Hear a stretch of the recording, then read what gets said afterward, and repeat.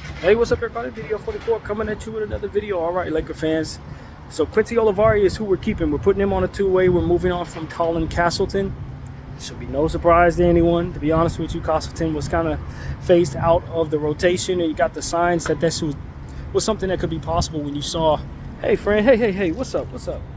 When you saw that he wasn't using him in the preseason very much, he was going to, Jackson Hayes. If Colin Castleton was somebody that JJ was going to use, we would have saw more of him, in my opinion. Not to mention that, Quincy Olivari was kind of undeniable, especially last night, kind of solidified it when he was pretty much the only player on the floor that really looked like an NBA pro. I was not aware he was a 4-year guy, just like Connect is. I had no idea, so that makes more sense as to why he's more ready to help you. He's 23 years of age. So he should be ready to kind of play ball for our team, and that's what we need, is less projects, more ready-made young players that can step in and really be impactful. So it made sense for us to keep Olivari on multiple fronts, and I'm glad that the Lakers did that. Now we look forward to trying to figure out how quickly can we get Vanderbilt and Wood back on the floor. That's really what the question is. We have our two-way players solidified. It's going to be Torrey, I'm not sure how to say his name, still haven't pronounced it correctly yet. Of course, Olivari and Koloko, of whom we still have yet to see as well. I think it was a little bit of a gamble dropping Castleton without Koloko being cleared. I think the idea of bringing in Koloko was to put some real depth on our center position, and moving on from Castleton kind of takes that depth away a little bit. But if Coach didn't use him, didn't believe in him, then he wasn't going to be useful. So that's really what it came down to. I just don't think he was JJ Redick's cup of tea. And to be honest with you, I like Colin Castleton. I was a fan of what he did, but I never actually saw what he could do that made me excited about him, which is pull the ball off the rim and then run the floor. That was just something the Lakers never asked him to do. And that was kind of what made him so special to me.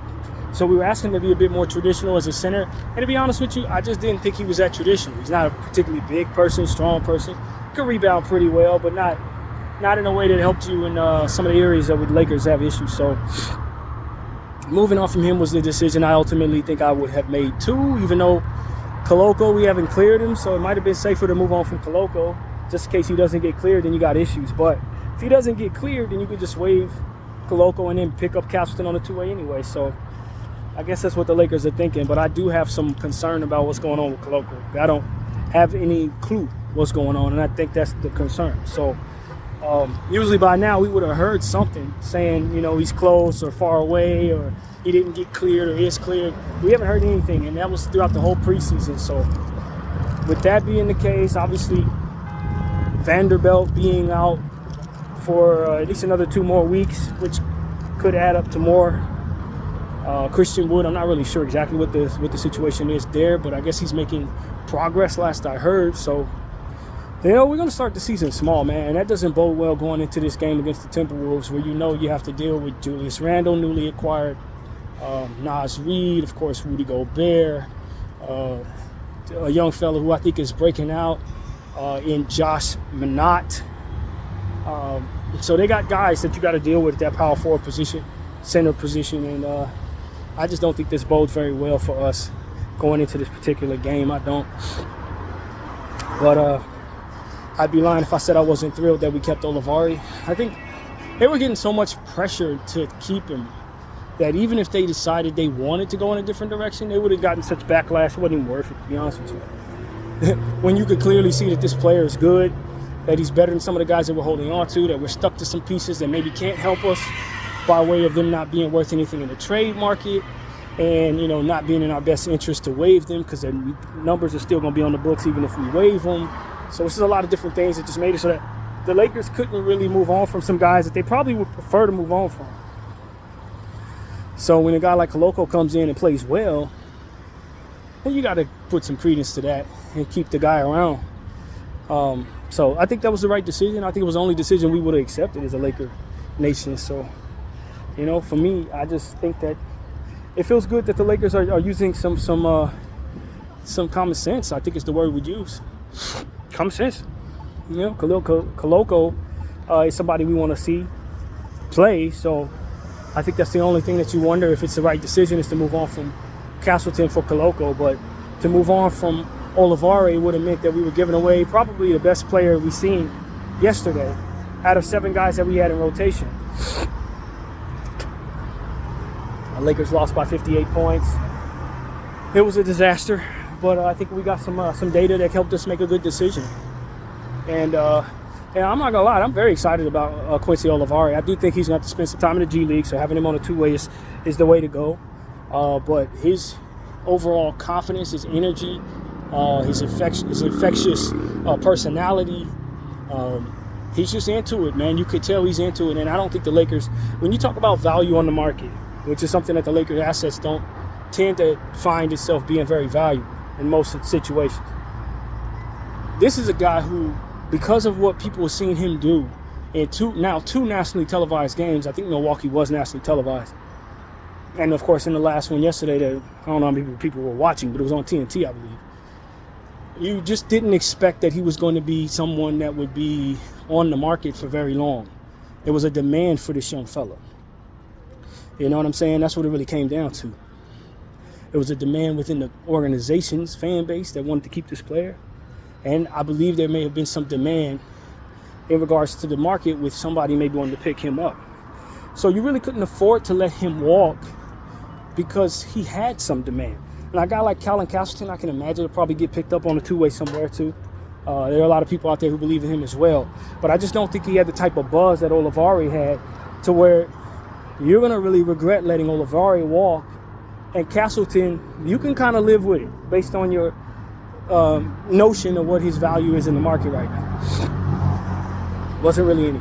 And so, do I think the Lakers would have preferred to move on from Castleton than maybe some of the other players? No, I don't. I think if the Lakers had a choice, they probably would have moved on from Cam Reddish, if I'm being honest with you. I think Cam Reddish is probably the guy they most likely want to get rid of. But that's not really possible. He had to opt in. He too doesn't have any real market value. So you kind of just stuck with him. And, you know, I mean, I'm trying to see bigger picture-wise. He had a bad game yesterday, bad preseason for the most part. But big picture-wise, maybe he can make some sense in certain lineups with his defensive ability. But, you know, that whole do too much trait that he has, where he'll do something good and try to do too much right afterward, that doesn't seem to be going away. He doesn't seem to be able to reel it in and say, okay, I just did something good. Let me just make a simple pass here. I just did something good. Let me just make a simple play here at the rim. He's going to try to launch a three after getting a steal. He's going to throw the ball off his leg, trying to do a spin move or something. And so it's like, when that's the trait that the player displays, you find yourself saying, I'd rather not play him for the good that he does, because every good thing he's going to do is going to be something that he's going to try to improvise on. That's just going to make it so that you regret having him on the floor. And that's really what we've seen from him. A lot of that yesterday, 1 for 11, I wasn't pleased. You know, I wasn't pleased. And so for me, it's like, if I had a choice to move on from somebody, that's a guy who I can say he's been trying to develop for 7 years? He's been in the NBA? 6 years, maybe longer? I mean, at this point, if he hasn't figured out his way, there is no way he's going to figure it out. And so, now with that being the case, because he doesn't have much market value, most of the league already knows him. He was with the Knicks, the Hawks, the Blazers. He may have spent some time with another team like Detroit or something like that. I don't remember. But it's one of those situations where it's like, all right, the whole league knows this guy, so it's not like you're going to be able to trade him for anything. No one's going to want him. You know, they're going to ask that you give up a second-round pick to get rid of him. So, you're stuck with this guy, and that's really where the Lakers are at. And that's all the more reason why you can't let go of valuable assets, because you got a guy like that you're kind of stuck to. Bronny James, stuck to. And then you look at Jalen Hood-Schifino. You drafted him 17th overall. His value's in the toilet. I'm sure from a perspective of who's productive at this point, a lot of people think moving on from him is probably the way to go, even over Cam Reddish in some cases. But you look at him, he's a young player, 21 years old. You know, we're trying to compare him to people like Quincy Olivari, who's been kind of playing 4 years of college. I think that's just what it comes down to, is how much college did a guy get. And he didn't really get a lot. He only played for 1 year in Indiana, had a fantastic season, came out and wasn't ready. That's what I see there. He just ain't ready. And maybe him having a setback last year with his back hurt him. But I think more of it for him is just in his head. I think it's in his head.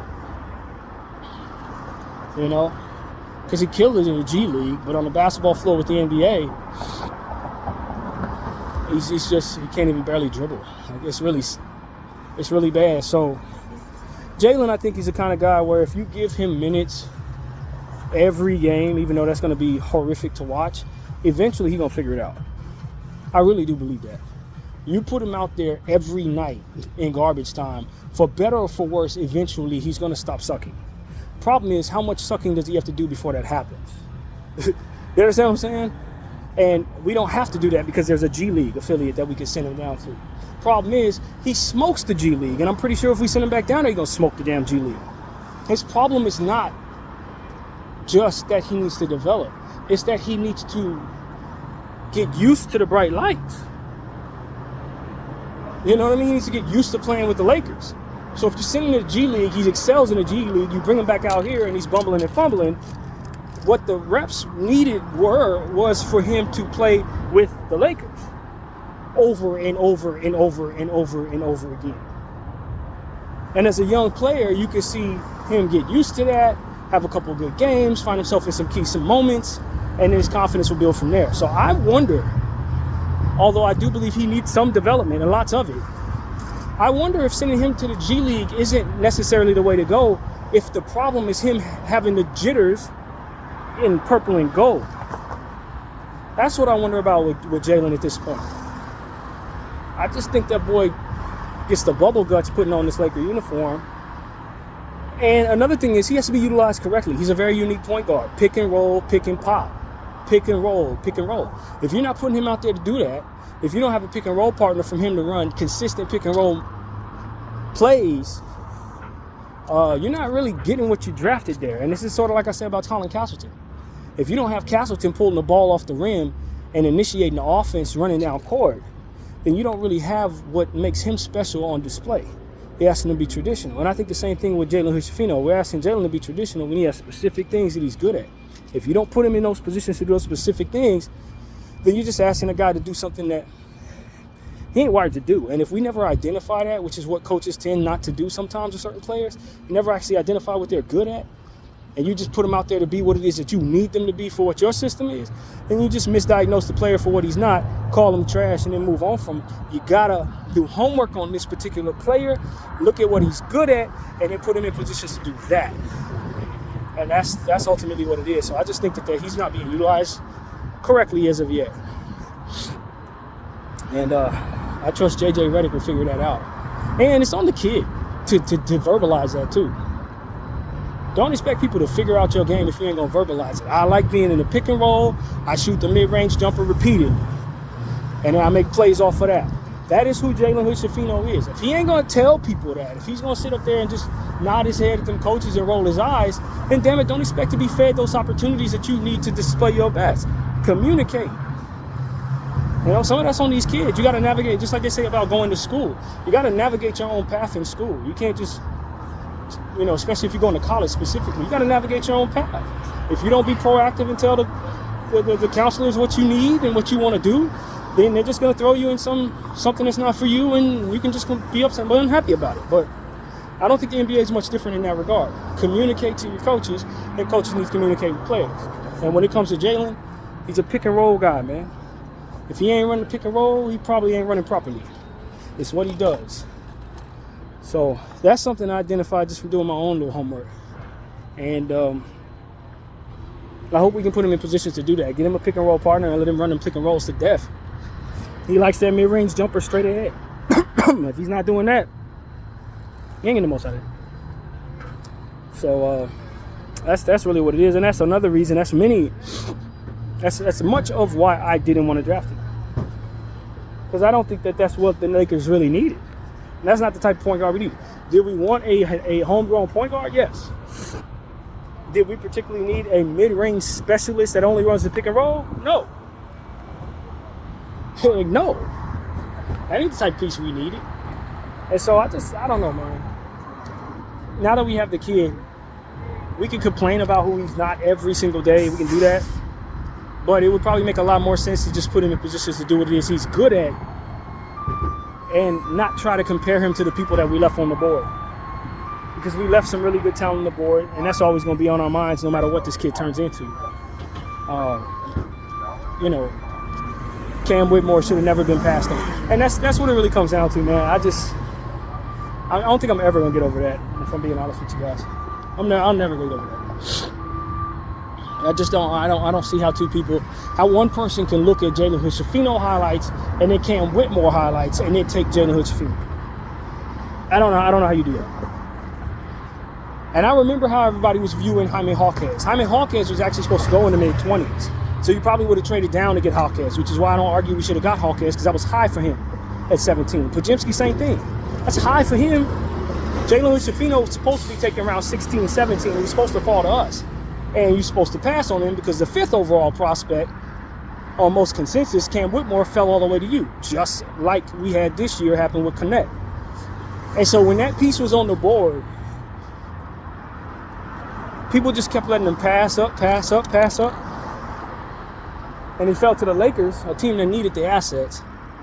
And we just took a player that, to be honest with you, was going to be a project and wasn't ready. Not only was he not necessarily the right type of piece for what we were trying to build, but he was going to need time to develop into what we needed, and we didn't have time. And Cam Whitmore is a freaking video game. I cannot stress this enough. Cam Whitmore is one of the most explosive players the game has ever seen. Like, no exaggeration. One of the most explosive players anybody's ever seen. So it's like, to leave a ridiculous video game like talent on the board and to take a layup merchant project that game needs to be specifically catered to him, when that's not even what type of scenario you would be able to provide him, it's just, I don't really think that makes any sense on any given day. It didn't make any sense that day, really. It really didn't. Getting a point guard made sense. Getting a homegrown point guard made sense. Getting somebody who was going to need to develop for 4 years at 20 years old, who didn't have a particular strong skill set that we could put a finger on, that was a terrible decision. I always tell y'all I don't want to harp on this, man, but I don't know how not to. I really don't. I haven't gotten over that. I'm not going to get over that. And as Cam Whitmore continues to show all of us that he's ridiculously explosive, it's just going to age worse and worse if Jalen Hood-Schifino doesn't start at least looking like he can play on the level, you know? At least look like he can start playing on the level that he's expected to play at. And that's why I think you just got to let him get those reps in, let him make his mistakes, let him get his little 6.6 assist basketball games over and over again on poor shooting and high turnovers. Just let him get those off. And eventually, when he starts having some 12-point games with less turnovers, you know, you start to really see what you put him down there for. Hopefully he doesn't get hurt in that process. But I really think Rob Pelinka hurt us bad with that particular decision, man. I think that was awful for us specifically, a team that really needed pressure on the rim, a team that needed to think about Bron's replacement later on down the road, a team that needed energy, lots of energy, because we'd obviously moved on from Russell Westbrook. And we took a layup merchant point guard that was going to be a project for years to come. So, yeah, man. Yeah, sorry about that. I just needed to get that out again, and probably will do it again on this channel, probably many more times going forward. I'm not even close to fine with how that played out, and I know we can't undo it. And, you know, if Jalen would have came out and looked like we at least expected him to look, I'd still have a problem with this. You know what I mean? Even if he would have had a solid rookie season, I'd have had a problem with this. But that he looked so bad and continues to look so bad right now just makes it even more difficult to deal with. So, I don't know, man. Rob, I don't know how to make that right, man. I don't know how to make that right. But I do know this. We can sure use Cam Whitmore right now. I can sure use it. And look, I think part of why we didn't take Cam Whitmore was that we didn't want trouble with Rui, because we were re-signing Rui. And Bron is on the team, so it's like you don't want to have somebody in there that's pushing both of them. When you haven't finished negotiations with Rui, you want to sign this really good contract. But if I'm just in a nutshell telling the truth to you guys, I'd rather have Cam Whitmore over Rui too. What he's going to be, yeah, I would. So that's something I think I felt that day though. Like, to be honest with you, I don't think that's a new revelation for me personally. So I don't know, man. The Hornets are going to be one of the best teams this year, in my opinion, if they put it all together. They're going to have an amazing second unit full of athletes. He's just one of several. And they're going to be hard to beat. Talk about fast break points, the transition defense. You're going to be exposed for just how inept your athleticism is going up against that particular team. So just wait on it. When you talk about a team that's going to run us out the damn gym, Houston, I think, is constructed to give us a lot of problems in the transition. A whole lot of problems. And so that's the type of thing that you never let a team like Houston get an athlete like that when they already got a bunch of athletes on their team. That should never happen. The whole league screwed up letting that happen. Not just us. So, yeah, man. What else are we looking at, man? I don't know, man. Jalen Hood-Schifino, Max Christie. Yeah, I think Max Christie, and nothing I'm saying here is new, but I just think Max Christie's going to have to come along, just like we are forcing others to come along. He has to play well in situations where maybe he's not quite ready to be in. His dribbling game. And that's another thing, like we really have some deficiencies with ball handling with some of these players. Jalen has struggles ball handling. Cam Reddish has problems ball handling. Bron turns the ball over quite a bit. Jalen, not very good at that. D'Lo's a little slow. All you got to do is put somebody with some length on him, and that stifles him a bit a lot of the time, which is something I don't know if we can, I don't know if there's anything you can really do about that, to be honest with you. I think everybody understands you just got to put somebody big on D'Lo and just let him hound him, and he's gonna turn the ball over. He's gonna brick. He's not gonna get to the rim. That is such a glaring problem for you to have that be one of your best players. And I think his presence is one of the reasons why I didn't want Jalen Hood-Schifino as well as a layup merchant without athleticism, because I already got D'Lo. That was kind of what my argument was. And D'Lo is just, he's so unathletic for what you need him to be that it really doesn't help you to have unathletic players next to him. So I just think some of the flaws on this roster, I don't know if there's solutions for it at all.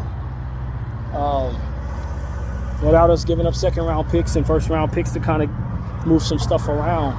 And what's available to the Lakers in the trade market under this apron system doesn't look too promising, even if we were to be willing to move some stuff, probably bring back some trash anyway. So, that's why I just don't have the highest hopes for this year. As I'm telling people, I just don't, man. But I gotta ask, since I'm in the business of complaining about the decisions the Lakers made, how does Cam Reddish have negotiation power to get a not no trade clause, but an opt-in clause in his previous contract? How do you have that type of leverage? I think that's a weird dynamic there. When you look at what he looks like on the basketball floor, and then you think about the notion that he actually had the ability to opt into his contract. The only thing that really makes sense to me is he's a part of some type of representation like Clutch or something that had the leverage to get their guy what they need. Because he, as a basketball player, and the evidence that he's shown as a basketball player should have never gained him that leverage with any team, let alone the LA Lakers. And opt in with the Lakers? I don't know how he even could demand that. I really don't. And looking at how he looked last night, like it's even more of a head scratcher. This guy was never good enough to be able to determine his own fate as it pertains to our roster spot. We're stranglehold to this guy? Who the hell let that happen? Like, that's a real thing for me after watching last night's basketball game. Like, how the hell is he still here? And why can't we undo that? We negotiated that poorly, that we're stuck to this dude for this year? How the hell did that happen? And don't get me wrong, I was kind of in the dark about Cam Reddish too. I wanted him on the team. I thought he had some upside. I was ready for him to come here and show that he was better than anybody had seen. So maybe that was kind of what he was selling people. But now that we're in this space where we ain't seen him for a year and a little bit of change, there's no way this man should have had the leverage to demand a opt-in on his contract last year. There's no way. D'Lo, yes. D'Lo is a high enough level talent to where that's absolutely the case. Totally not upset at that. Maybe would prefer he wasn't there, but you probably don't get D'Lo unless you do that.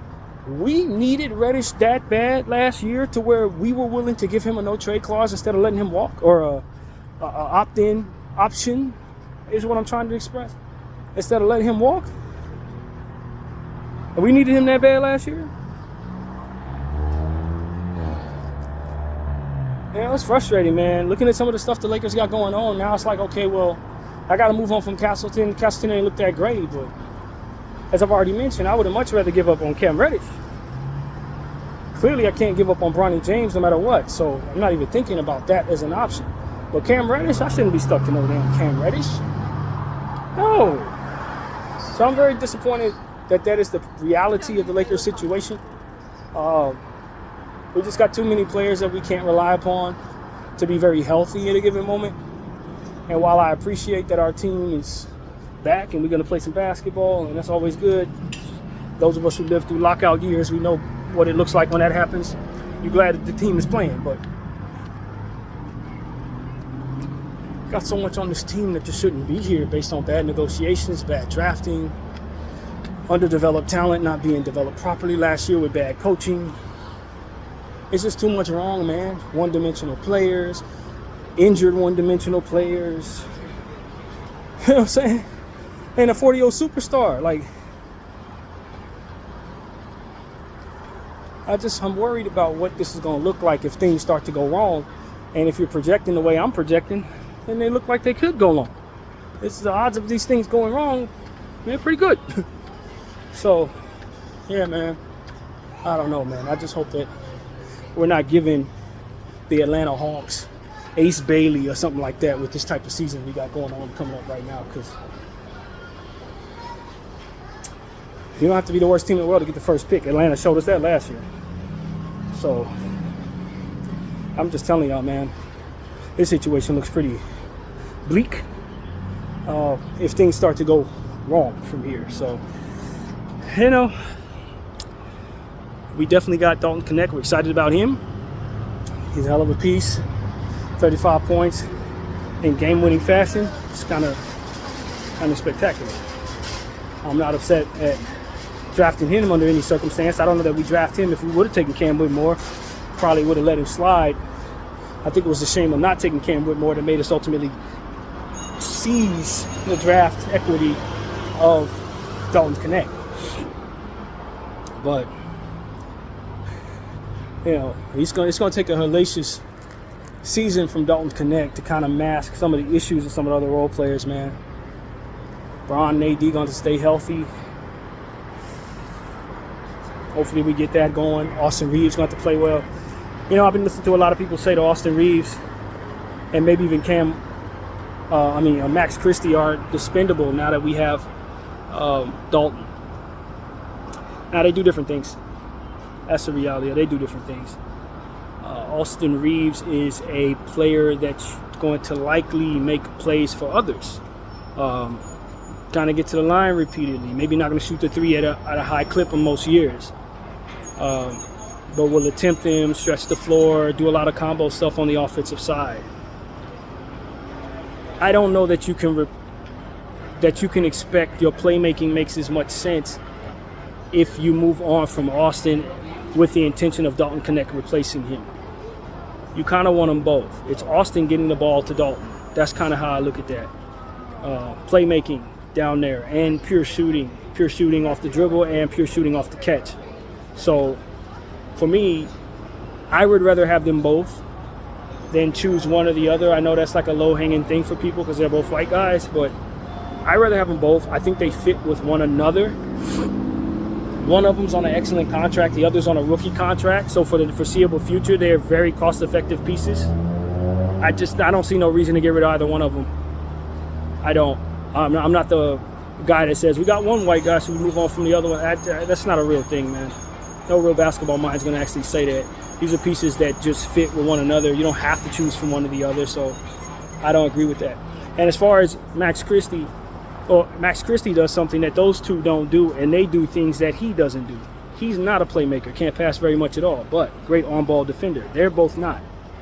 So it's like they all three can be on the floor at the same time. You can have Austin at the 1 and either Max or Dalton at the 2 and the 3, and they all fit with one another. So as far as moving on from them, just because you have Dalton in place, I don't think that's the right way to assess what you have. Those are pieces that actually fit with one another. You want to keep those guys together. So that's kind of what I see there, man. I just wanted to put that out there because I know that's floating around the Lakers fan base. A lot of people just looking at the skin. That's literally all they're looking at there. And that's not real. I'm telling y'all, that's not a thing, man. So that's really what I want to say, man. I'm excited about those three pieces. There's some of them other ones that I'm not. But we do have to improve upon things. Dalton's defense is going to have to improve, even though we had some really good moments there in the last game where he got two steals, 2 blocks. Austin's going to have to improve with his shot selection from behind the arc, maybe take a step forward, get out of that slump, stay out of that slump, and just become a more effective defensive player on ball. And then Max is going to have to become a competent passer of the basketball. Can't keep turning the ball over, being inaccurate with your passing attempts. So those are things that I just want all three of them to work on, and they're all developing players. So that should be doable. And yeah, man, I'm going to be paying close attention to some of these players, though, man. I'm going to be honest with you. Some of these guys I was hell-bent on developing. I hate giving up young players, blah, blah, blah. I think I might actually change my mind in that regard with some of our young players. Max Lewis, Jalen Hood-Schifino. We're going to keep our eyes open to these guys over the next 2 months to determine my opinions, either staying the same or shifting to, or let's move on from these guys. I'm gonna tell you the truth. It ain't even about whether or not they can turn into what they got to turn into. It's just, is their floor too low to be relied upon in a situation like this one, where our timeline needs to be met? And are they going to have a ceiling that's worth investing in post Bron, or are they just more pieces I'm going to be very comfortable moving on from when Bron's out of here? So that's really what it comes down to. Their floor is too damn low right now. They suck too bad right now for me to just be gung-ho about developing these guys. And I'm going to tell you the truth, man. I have to go back in my mental Rolodex to find players that struggled this bad to turn into something really good. There ain't been too many that struggle as bad as those guys look right now. Turning into something spectacular later on that makes it worth it to wait on them. It ain't too many. I'm just going to be honest with you. So that's also another factor. So that's pretty much what I got to say, man. I'm looking at the beautiful skyline, Hollywood here, guys, what I'm looking at as I'm thinking about this basketball team. Go to the observatory, Hollywood sign, you know what I'm saying? Respect to all of my non-LA Laker fans and Laker talking heads, but I'm telling you, I'm in the city, man. Been here my whole life. And this means something to us when our team is either good or bad. It means something to us. So, I'm invested personally. BDL 44. I thank y'all for watching.